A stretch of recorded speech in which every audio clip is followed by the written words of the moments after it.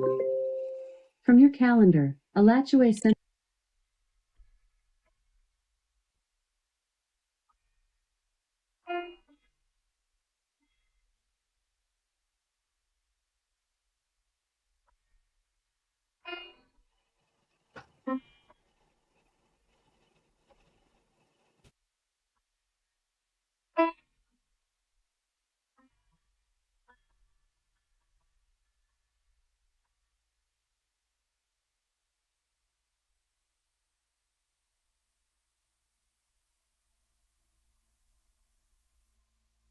All right.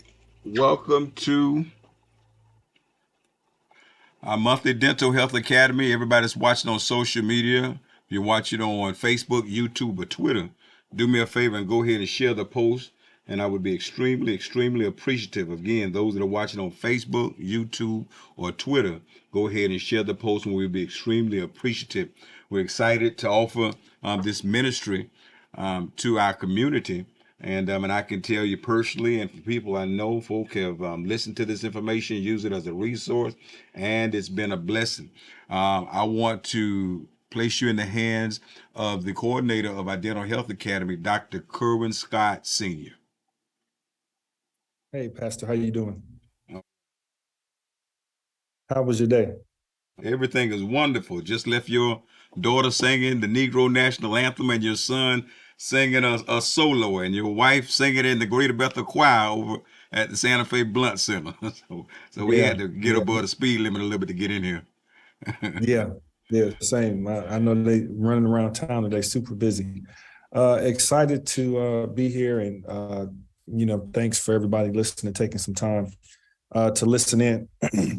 So today, well, previously we talked a lot about what I do as a periodontist, some of the procedures that I do, some of the community health issues that we face in our community, some interactions that you might have with a doctor that you come in contact with, some of the questions that you should be asking, and just some basic information about some of the diseases that plague our community. And so now today, I want to spend a little bit of time talking about how do you become, when you see a healthcare provider, how did they get to the position that they're at? How do you become a doctor? Then the bigger question is how many types of doctors there are and what are some of the challenges specifically for Black doctors? Some of the challenges that they faced in the community and during their path to becoming a doctor. So we'll start the conversation today. I won't keep you too long today. I just want to set the stage and talk about a few things that I know to be true and some information that I looked up, relevant information that I think that we can use to start a bigger conversation about some of the challenges we face in the community, especially with education. And so let me share my screen here.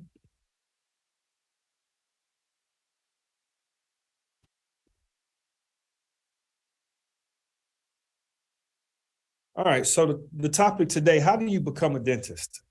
And this is me, just to share some of my personal journey. This is me at different points in my life along the way. Some of the more important times in my life, there are a lot of different things that happen and challenges that I faced. Good and bad. But this is just a couple of photos that I found on my computer. I just wanted to share. This upper left one is me as the baby.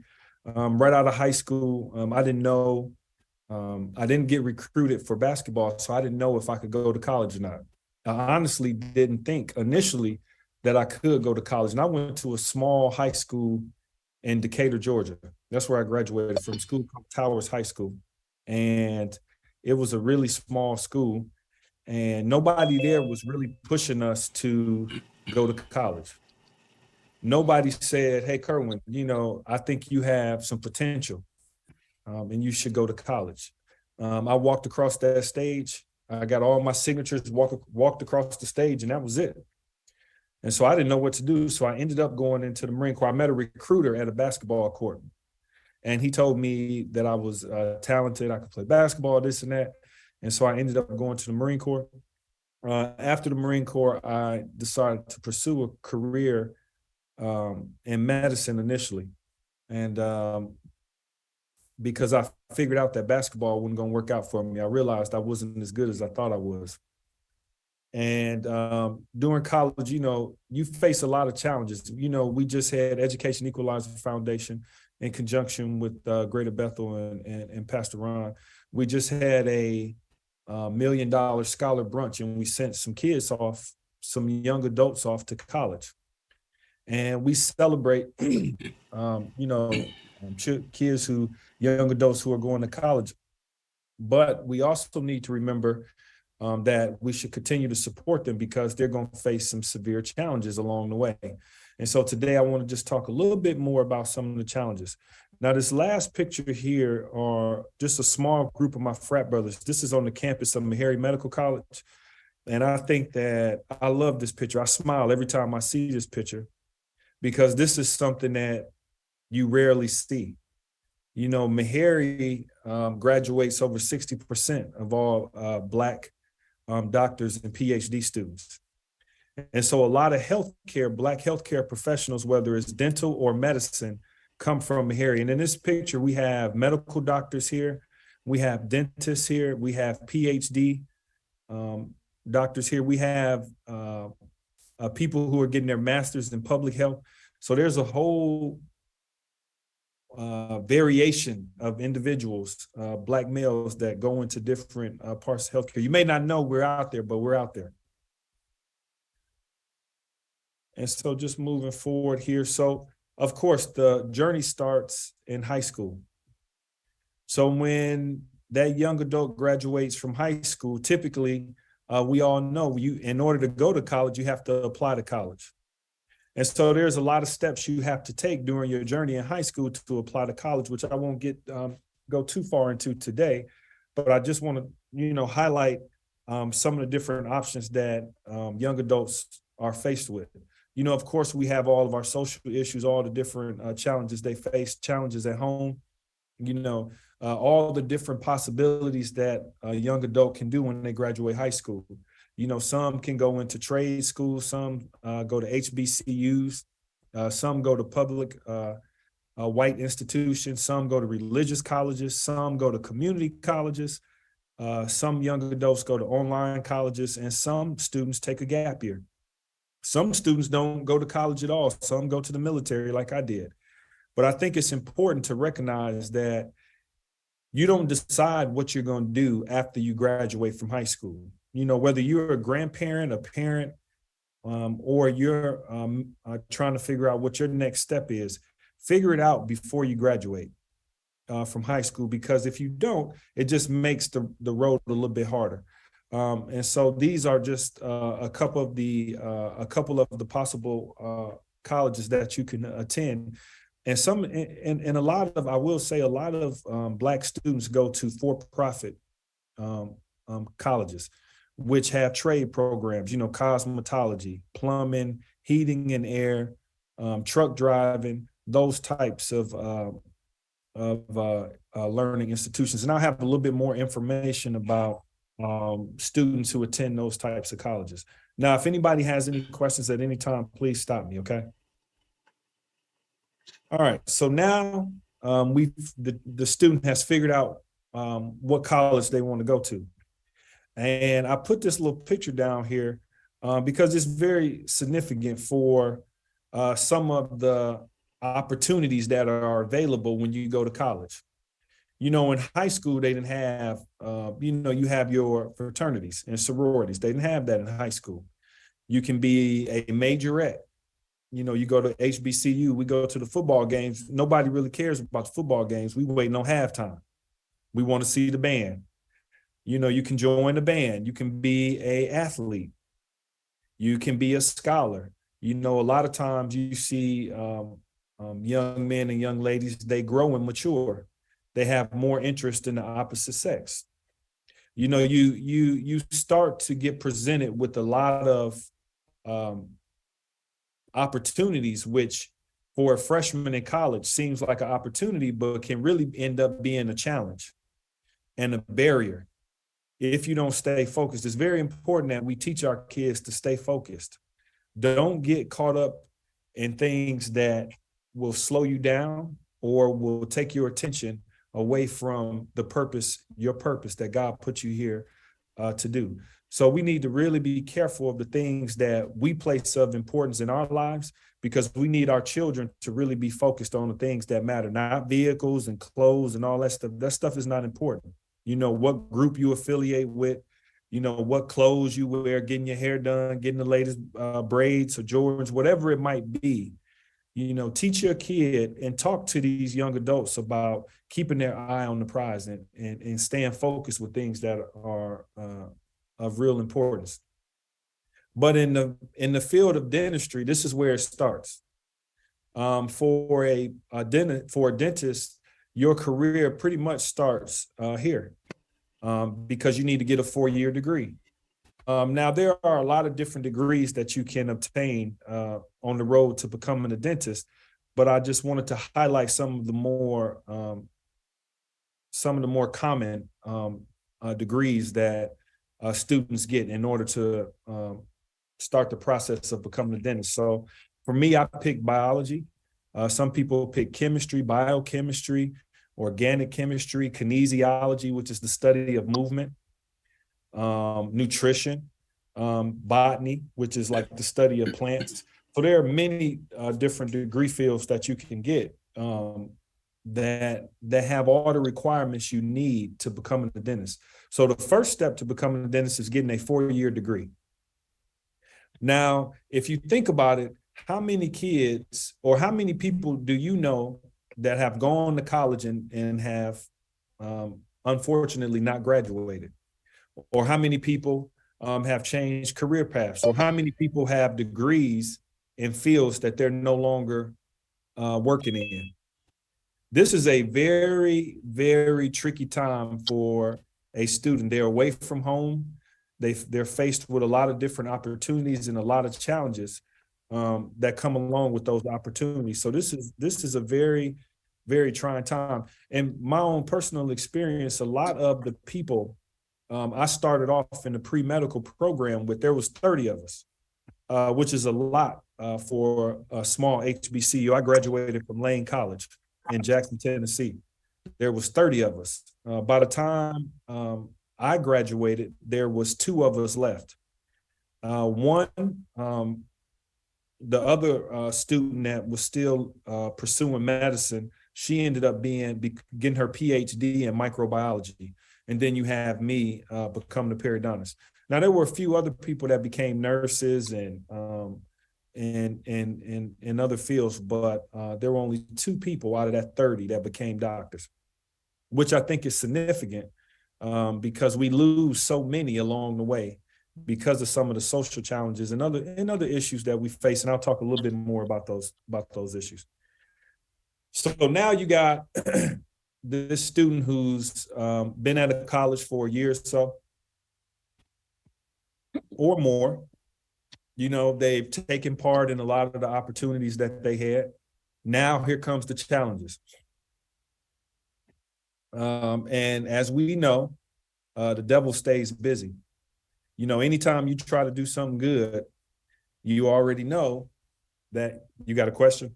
I see somebody. Yeah, I didn't want you to get too far before I back up. If this is the thing, I understand your workshop, and it's very important to me. I like to be the first kid on the block to tell somebody about you because, see, I get free dental health care from the VA, but the reason I'm on Zoom is because what you telling me, I like to be the one that come out and tell somebody that ain't on Zoom about what you got going on. And I hear you talking about college. So how would I make, if I were to want to have a conversation with somebody to make being a dentist attractive instead of thinking about pain? You know, like if I was out talking to somebody, a lot of people, how would I try to just have a conversation, make somebody interested in being a dentist? Because everybody here dentists, they think about pain, you know, and it's got to be a part that's attractive in a conversation to make somebody really want to do it. And I want to be the one to tell somebody, because this is what I do. When you on workshops, I go back and tell this stuff. When you was telling me about Gainesville and this and that, how you can get these type of programs to help you with your income and stuff, I've been spreading that stuff. So that's what I do. So I want to know, when I get off this Zoom tonight, if I see somebody that be interested in my conversation, how would I say, hey man, when you get out of school, man, you might want to try this. I know a brother, blah, blah, blah. How can I make it attractive in my conversation? That's basically what I'm saying. That's a good question. And thank you for spreading the word, because it's very important to do that, and it was something that I wanted to say a while ago that I forgot to say. And part of it is, that's why I do it. This is a platform that I've been fortunate enough, Pastor Ron has given me an opportunity to speak about it, but it's not for my own self-gratification. I don't get on here to recruit patients or for my own self-gratification or for me to benefit anyway. It's purely just to talk about issues that we face in our community. And so I appreciate you taking some time to spread the word. But, to be honest with you, I think out of the thousands of kids that I've talked to over the years and all the speaking events that I've been fortunate enough to be a part of, talking to people at various ages, the one thing that sticks to me is income. Nobody cared. Pete, first off, it's hard to convince a person that they could become a doctor, especially when they look at their current situation. Secondly, I think, a lot of people don't know anything about dentistry.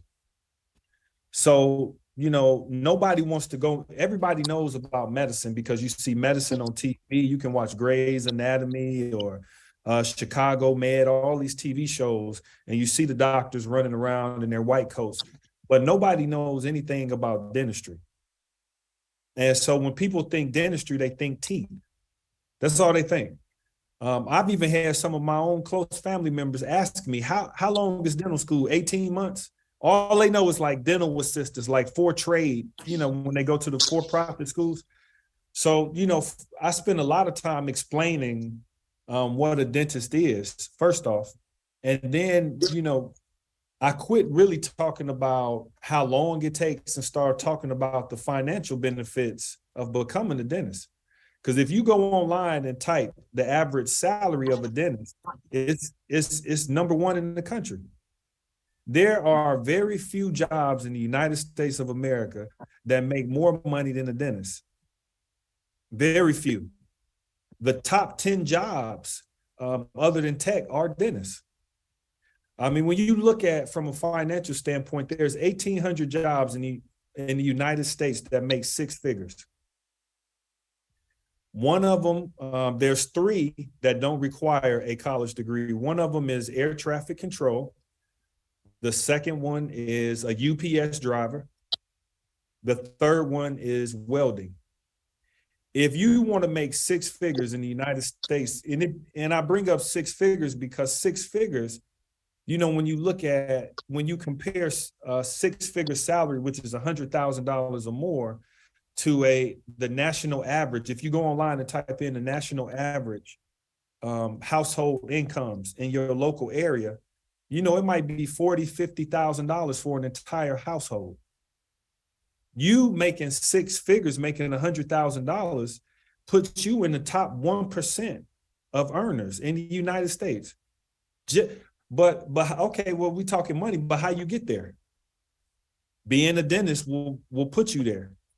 And so I always walk people back from the financial benefits, because how much is each A you get in school worth if you're trying to become a dentist? It's worth a lot of money. Every A you get in school is worth a lot of money. If you think about a dentist's lifespan, they practice 20, 30 years. By the time they get done, they would have made X amount of dollars over a career. But if you break it down all the way back to college, how much is that A worth? That A could be worth, one A could be worth thousands of dollars. So, it's just making it more realistic. and showing them the things, the opportunities that you will have, not only financially, but in the community. People respect doctors. You know, people, generally speaking, look to you as a source of information. You know, it comes with a lot of responsibility because you got to know what the heck you're talking about. You know, so those are the things that I usually share, and people are responsive to that. Mm-hmm. Yeah, Dr. Scott. You know, it bothers me that here in St. Johns County that the kids don't have a chance to experience seeing a black dentist. And the reason I say that, because when I was a boy, they had one. It was years ago. He passed on, you know. But my point is, this generation don't have that to look forward to because they don't see it. When we experience seeing black doctors and black this and that, we have to go to Jacksonville. Or back in my time, Gainesville was the big hospital. If anything really bad, you couldn't get it took care of here. We didn't see blacks in no positions like that, fired by none of that stuff. And now what's in my mind, where my spirit leading me is, you know, me and you're gonna have a conversation one day, because they need to hear that here. They need to see you. They need to see you. And that what you present tonight that people don't get a chance to experience here in this town, in towns like Gainesville, so like they see that. Now your position, they might say, oh, you first did that, but you'll be the first one they seen, period. Regardless of what your title is, I'm talking about period. To see that bandana on your head, besides being what color of blue, you ain't no Crip. You ain't no gang man. You know what I'm saying? Yeah. So that's big here, man. Because what you're saying, and then I'm thinking about what I asked you, then you said money and careers. They don't have dental workshops. I see a lot of stuff now the older I get. And what you're talking about, they don't too much talk about dentists in the professional field. It's always, I want my child to be a doctor, a lawyer. You hear them two names there, but nobody rarely talk about a dentist. And here, man, just even come to one of these churches here or whatever, man, and have a little small workshop just to see you will make a big difference, man, because they don't see it and they ain't seen it. Yeah. I hate to bring that on this type of platform, but it is the truth, though. No, I talk about it. People say that all the time. You know, I think it's confusion too. If you say doctor, you automatically think medical doctor. So people, when you say dentist, they don't think a dentist is a doctor. But he is. The distinction of doctor has been primarily given to a medical doctor. But in my world, we don't call them doctors. We call them physicians, or we might call them medical doctors, but we don't just call, it's just a phrase that I feel like has really confused a lot of people, because there's so many different types of doctors that you can be. I mean, and I'll hit on that on another slide. But yeah, you're right. I mean, there's a lot of people. I didn't see none growing up. I didn't see one single black doctor growing up. You know, I saw the same thing everybody else saw. I saw a little Spanky up the block. I saw, you know, folks, you know, coming through on the weekends with their cars, with the rimmed up, with the beats in the trunk. I saw people, you know, taking advantage of other people. I saw, you know, doing whatever they was doing. I saw that growing up, you know, and that's why I know more so now than ever that God really had a purpose for me, because ain't no way, you know, that how was I able to make it when so many other people I know grew up shoulder to shoulder with me? They not even here on earth.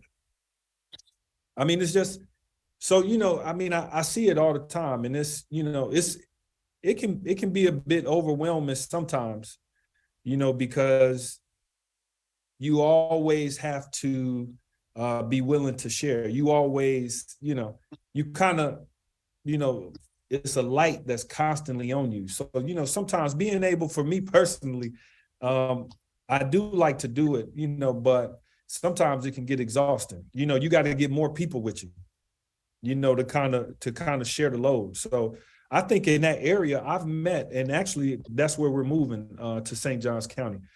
There's a lot I've met some other doctors that are in that area, and I know some people. I know a couple other Black doctors there. So when I get there, the first thing I'm going to do is try to link up with them. You know, even more so now than I have already. So I'm excited about that.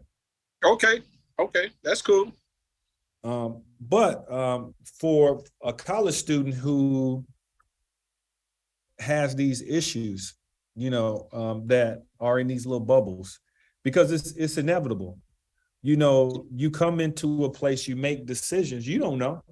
You know, these young students are faced with all these opportunities. They're away from home, and now they start to get faced with opportunities, you know, relationships, you know, that might turn bad, you know, might result in pregnancy. You know, a lot of our students, we send them off to college with a little care package, with a trunk full of food, a couple of blankets and stuff. But what are they going to do for income? You know, we don't even think about that. These kids, our students, are having to work full-time jobs, part-time jobs. How can you learn if you got to work all the time? You know, I always tell students, listen, sit up, and be broke. Do not work. Spend your time getting A's in the classroom, because that's going to translate to a better job, better life overall. But it's hard to do that. I had to work. And I had a military paying for my education, some of it, because I was in during 9/11.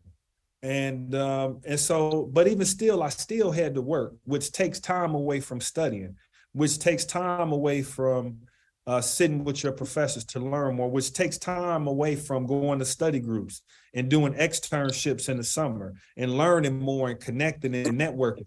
It takes time away when you have to work. So you got to think about that when you send your kid off to college, or you have a niece or a nephew or a cousin in college.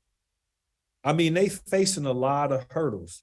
You know, then we have discrimination. You know, discrimination happens at college. Everybody don't go to a HBCU. You know, what about our students who go to PWIs or Ivy League institutions? These kids are facing real challenges on a daily basis. They're isolated. They feel discriminated. There's all kind of a whole host of issues that students face in non-HBCU institutions. And a lot of these kids are suffering from depression. You know, whether it was the pandemic, you know, feeling separated from the world, or social media, or family issues. It could be a whole host of things. So I was looking online, and I found some information just to kind of start the conversation about some of these issues that the students face. So when we look at the Black student, and this is according to the National Institute of Health, which is a very reputable organization that does a lot of longitudinal studies, a lot of different types of research in many different forms. They talked a lot about Black teens overall and we know this, have a higher pregnancy and birth rates than whites. And it is commonly believed that minorities, race, and low income account for this disparity. So if you have a kid who isn't going to college, or you have a student who's going to a for-profit school, or if they get the wrong degree, or if they never make it to college, you know, you automatically put yourself in a category which the stats and statistics show you're more likely to have issues like early childbirth. Now, we know our Black women die at a higher rate during childbirth.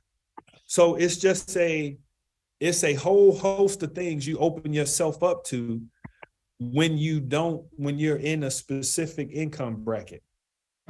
A lot of the students, according to the HuffPost, which is just a online news channel, a lot of the students have mental health issues, because they're working part-time jobs.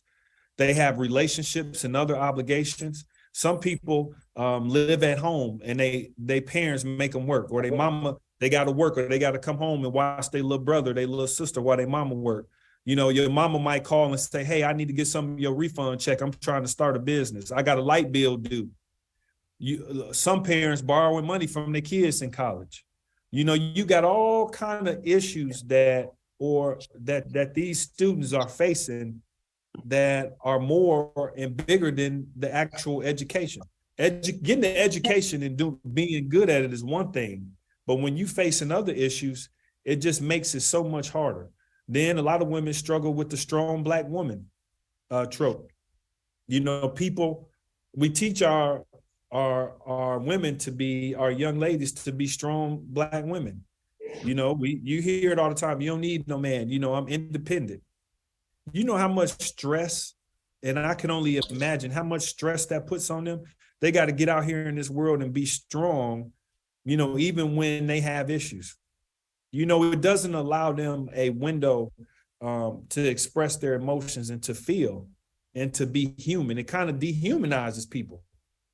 Then we have the pandemic going on, which is dying down now, but you are seeing a lot of different effects from the pandemic, whether it's health or mental issues. There's been a lot of threats of violence against HBCU students. What about the people that marched down there, the Ku Klux Klan that marched down there at the University of Virginia? What about all those surrounding HBCUs around that school? Could you imagine those students in those schools at these small HBCUs? Could you imagine how they felt? Walking across campus, you were in constant fear. Is there going to be a mass shooting on campus? Is somebody going to come trying to kill us? When we go to our church, if you go to a religious school, is somebody going to come in here and shoot up the church? These are all issues. You got a lot of young Black students disappearing. You got students going on trips with other students not coming back.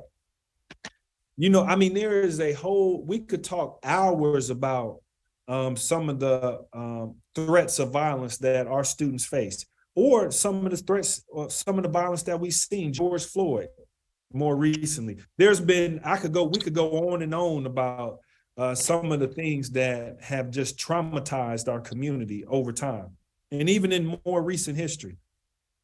Now we look into on TV, and we're hearing a lot of discussion about abortion, rights to abortion. What about these young students who, may have been raped, or may have made a mistake and wanted to have an abortion? Having access to these things. If you don't have access to healthcare, how can you focus on school? You can't.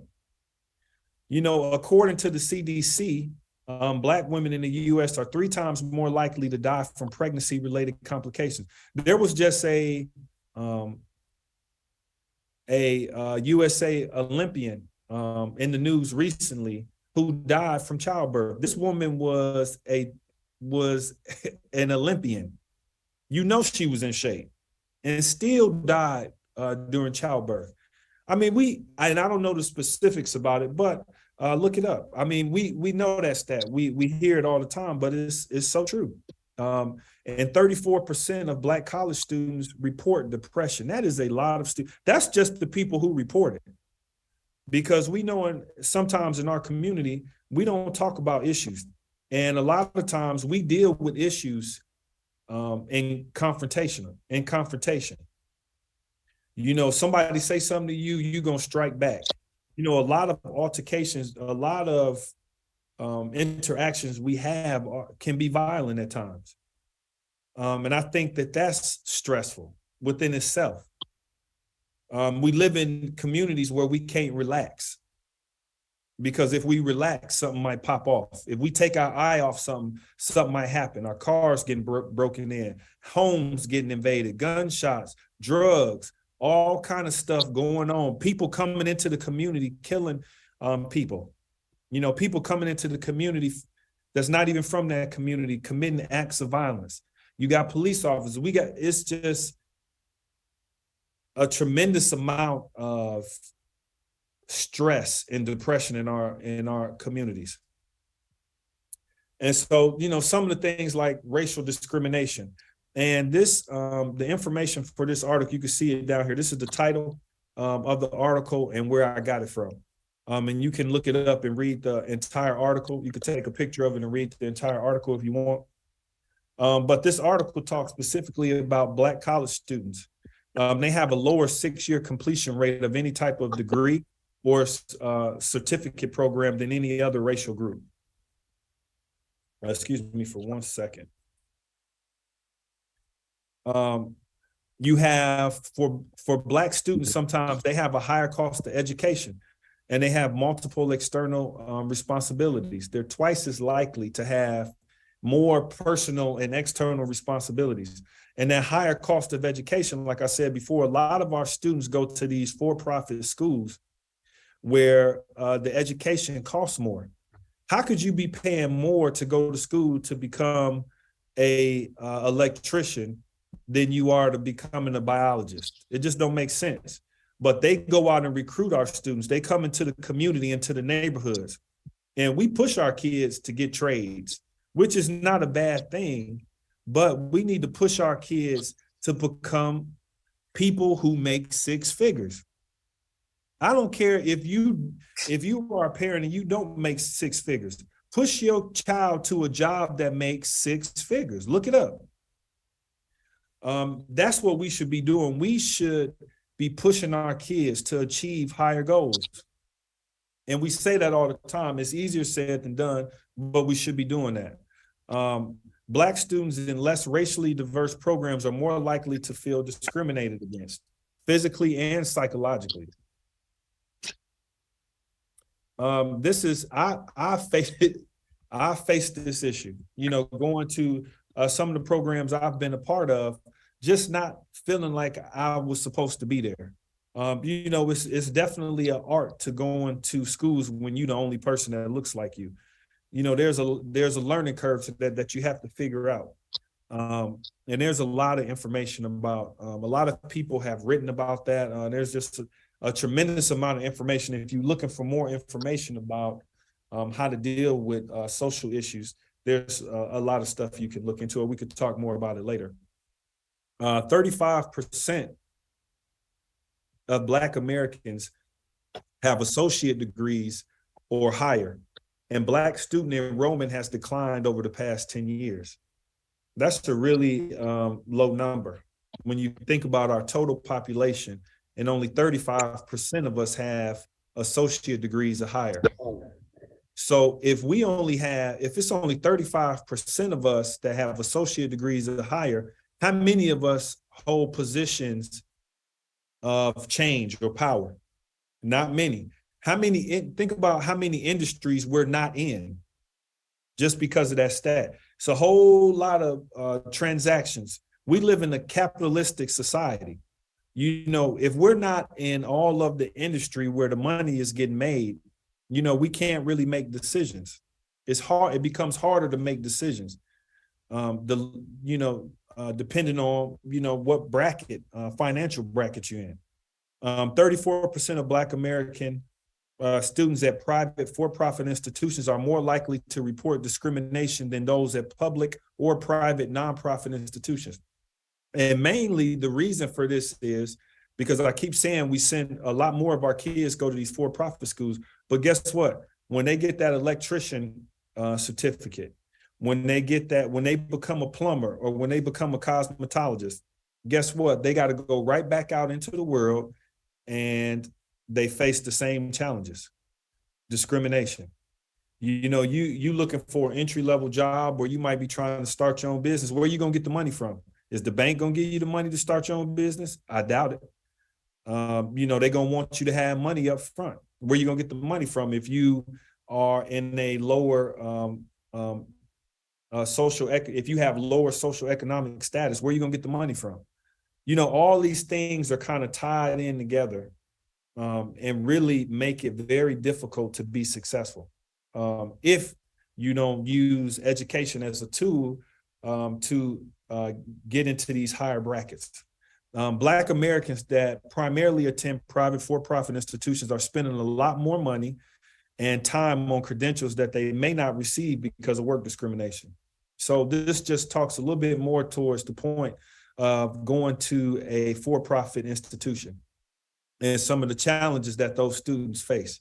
Because a lot of those students have families already. They don't have a whole bunch of time. They get taken advantage of. Heck, even President Trump started a for-profit school, had people signing up for the school, paying money to go to the school, and then they shut it down. Millions of dollars lost. Students with no education. This happens all the time. These for-profit schools start up and close. And I mean, these students are just left out in the cold. And so, lastly, we can talk more about some of the issues, and we will talk more about some of the issues that we face while attending colleges or while even trying to go to college.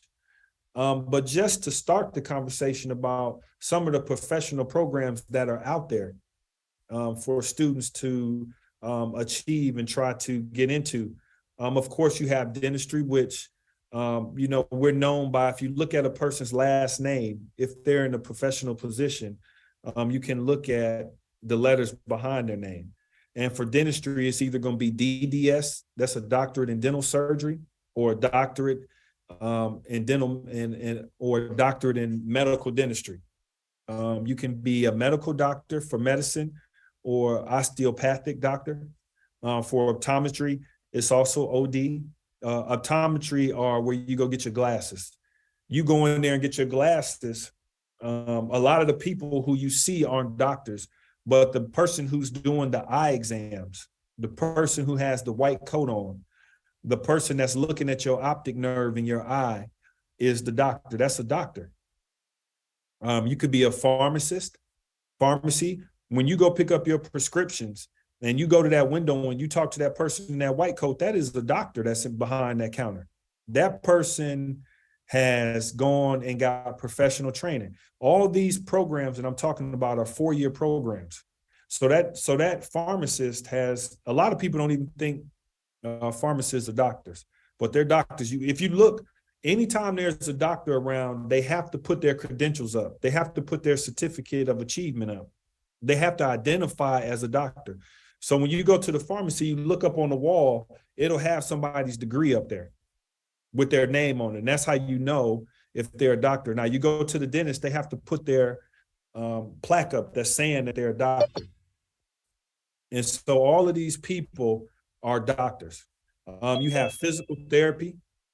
Physical therapists, you get into a car accident or your medical doctor sends you to a place to get physical therapy. These people are doctors. The one that comes up with your plan and talks to you and does a consultation with you, they're a doctor. And then we also have researchers, PhD.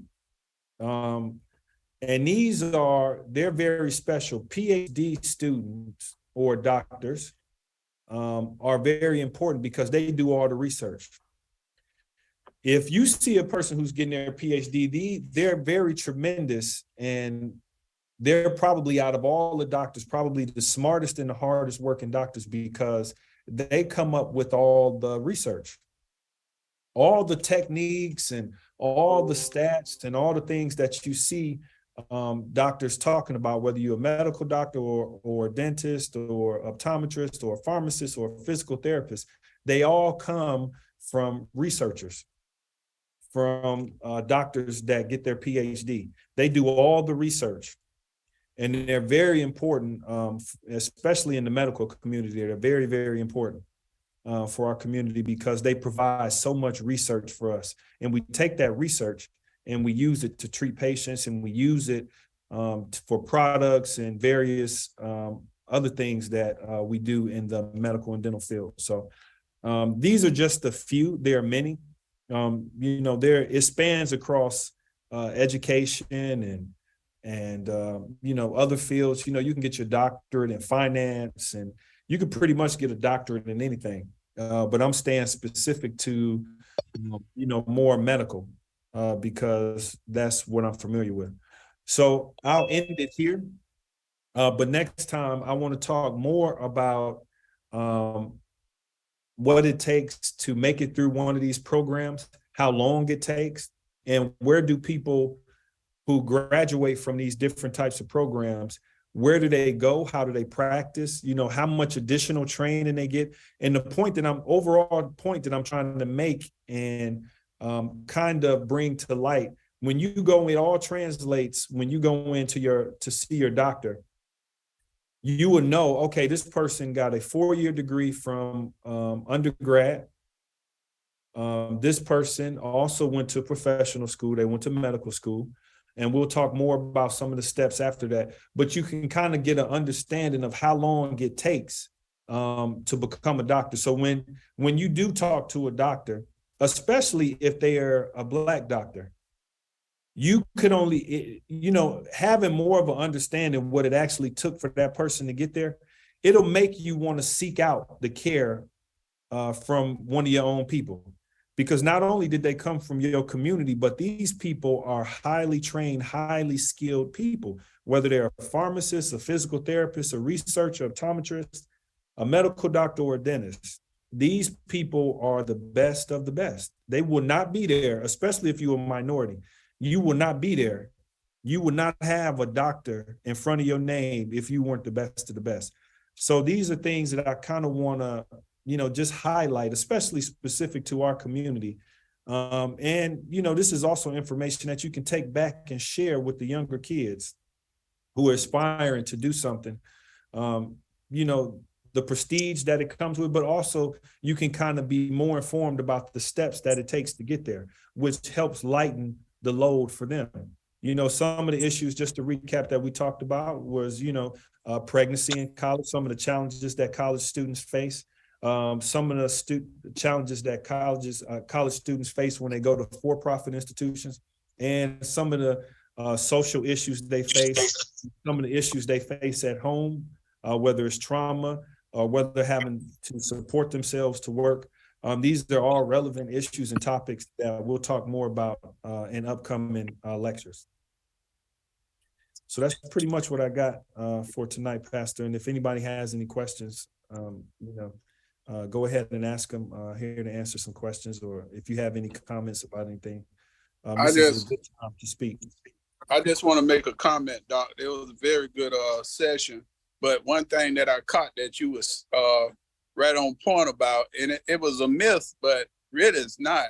And I'd rather deal with a Black doctor, because I would think that being a Black doctor in this world, this society, you would have had to work harder than anybody else to get what you got, because it's bad enough with the racial profile to get in that type of field. And you would have to be like above your class to really prove yourself. You know what I'm saying? So to see you, it would make me feel good to know that he's the top. And that's the mindset that we got to have. When you see a Black man in position, regardless of what all these myths, he act white. No, he's smart.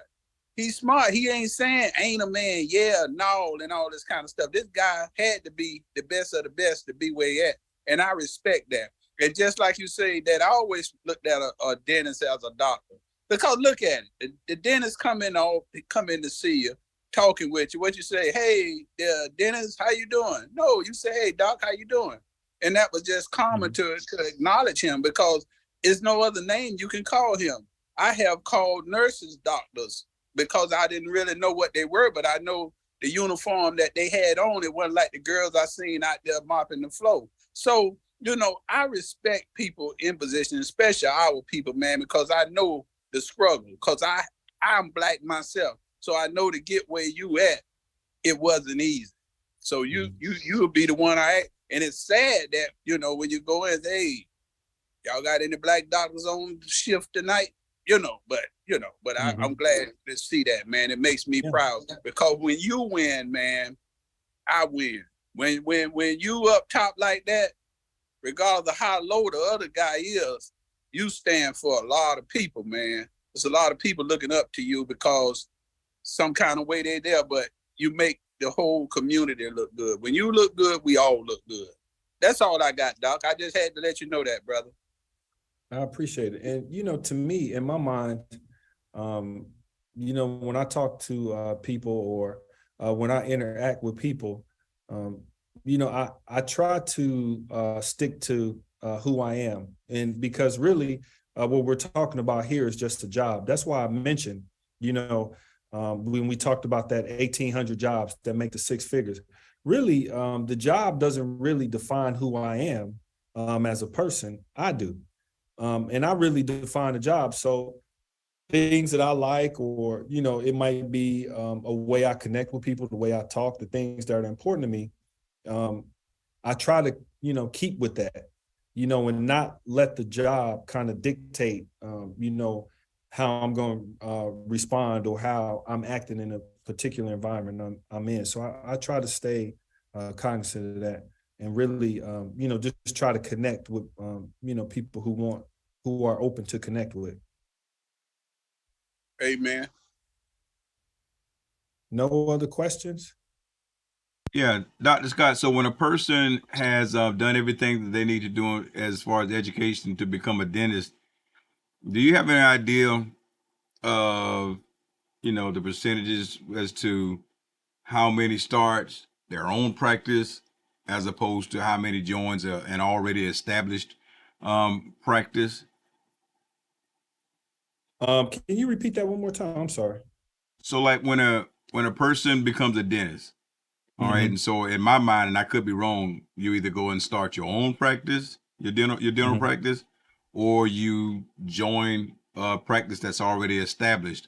I remember I used to go a long, long time ago to this one called I think it was called Coast or something, but I don't think anybody really owned it. It was just a bunch of Yeah. dentists that were employed. But now I have a black dentist. She owns her own. So do you have an idea of how many, the is it more people that go and start their own, or do you think more people go and join already established groups or companies that hire Uh, I dentists? I would say a lot more people um, work for the larger companies because you realize, you know, when you get to the end of the road, like becoming a dentist, um, that not much has changed, to tell you the truth, other than your education. You still face the same issues. If you contacted the bank and try to get a loan, the first thing they're going to tell you is, we need X amount of dollars. Well, your first thought would be, well, man, I'm coming out of school, I'm in a high paying field, but you still run into the same issues.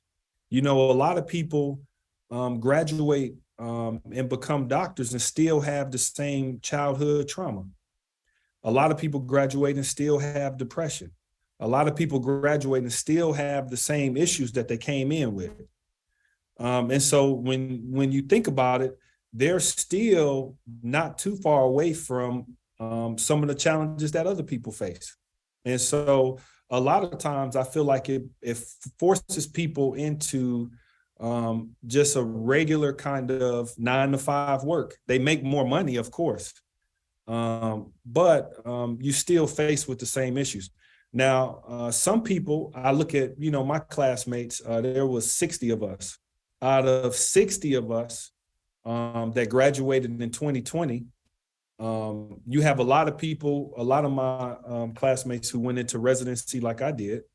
But the ones who are doing general dentistry, out of 60 of us, only 4 people own their own practice. So it's a very small percentage of people who actually get there. Some people over time, once they make money, get there. I think as people practice longer and longer, you start to see that number of people who own practices go higher and higher. But overall, you typically see people just working. How much would you say the average is, not like an expensive place like California or something like that, but just like a fairly decent place, cost of living, the the average amount to really start up a really good practice in dentistry, that's might not be on the cutting edge, but really good equipment. What do you think the average cost would be to start up an office? I would say anywhere between Nowadays, it's a little higher. I would say probably anywhere between 500,000 to a little bit over $1 million to start a practice. Then normally, but when you have a successful practice, you're probably, once you get to the place of successful practice after a few years, you got your clientele up, you're probably making a minimum of 300,000, right? In profit. Yeah, I would say if you look at the averages, it's tricky. If you type in what a dentist makes, or a different specialist like an oral and maxillofacial surgeon, a periodontist, or a pediatric dentist, the averages, you look, 200,000, 300,000. But what you got to account for, a lot of people use their business to defer tax. So, as you learn and you go through all this stuff, you don't really want to make the big salary because you're going to pay more tax. So what you're going to do, if you own your own practice, you're going to take a lower salary and put a lot of the overhead costs on the practice. But you still got the boat, you still got the big house, you still got the car, whatever you trying to do, you still got the properties. But if you looked at this person's take home, it might be $200,000, but the practice is making $3-4 million a year. Right. Some even more. I've seen practices, people making out in the community, a little small office might be making $4 or $5 million a year. A small office. Mm-hmm. I You're mean, profit or gross? Just profit. Now, Profit? Yeah. Now you do have overhead. You got to pay your employees. You got to do that kind of stuff. But I would say on average, you probably, for my field, you probably take home about 50% of that. Usually take about 50%. So really a dentist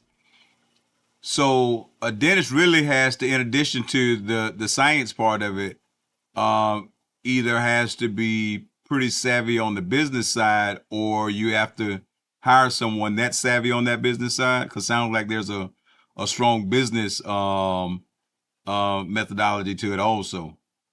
Yeah. You got to be savvy. Some dentists are broke. You make some bad decisions, some bad financial decisions, no matter how smart you are, you're going to be broke. So you have to, kind of live below your means, and then, you in the community making, several $1 million a year, and you around people, you might look at a person and might not think, this person is, it depends on what's important to you. If you look at cars and stuff like that, that's why you see like a lot of richer people, you will walk right by them. You would think that you're in a better position than they are because they wearing stuff off the shelf, or they, think those things aren't really important to them, but these people are millionaires. Right. It just, depends on, and I'll talk more about that because I can't talk about it without adding in the financial component of, because it's important. I'm not just doing this because I have a big heart for teeth. I'm trying to secure the bag like everybody else. Right. But I picked the field where I could, work and be happy. And typically, if you're happy, you're going to do a good job for people, and you can, it kind of creates an environment where you can share and you're happy, and you can really be of benefit to somebody else at the same time, still be able to take advantage of the society that we live in, which is a capitalistic society.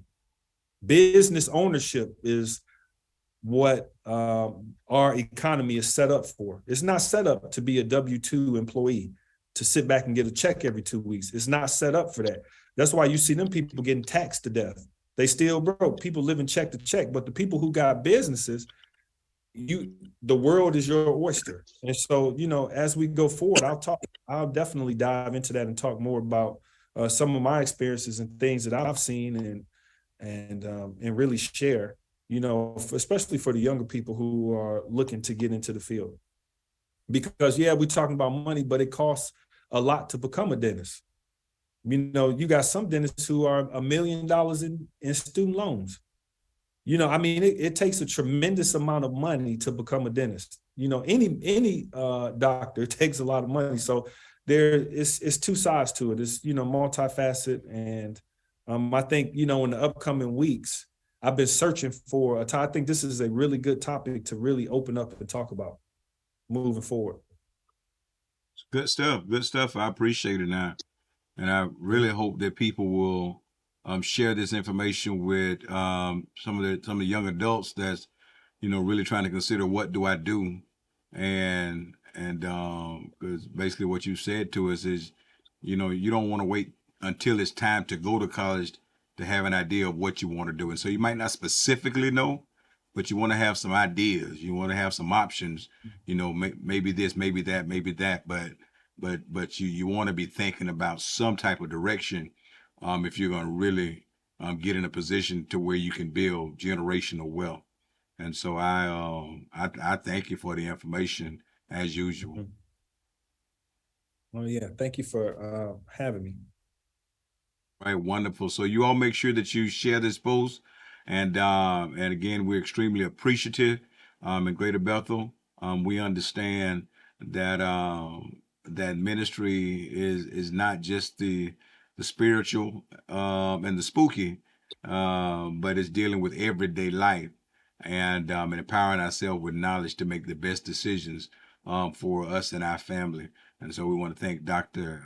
Kerr and Scott for helping us understand what it takes to become a dentist. You don't just snap your finger and it happens.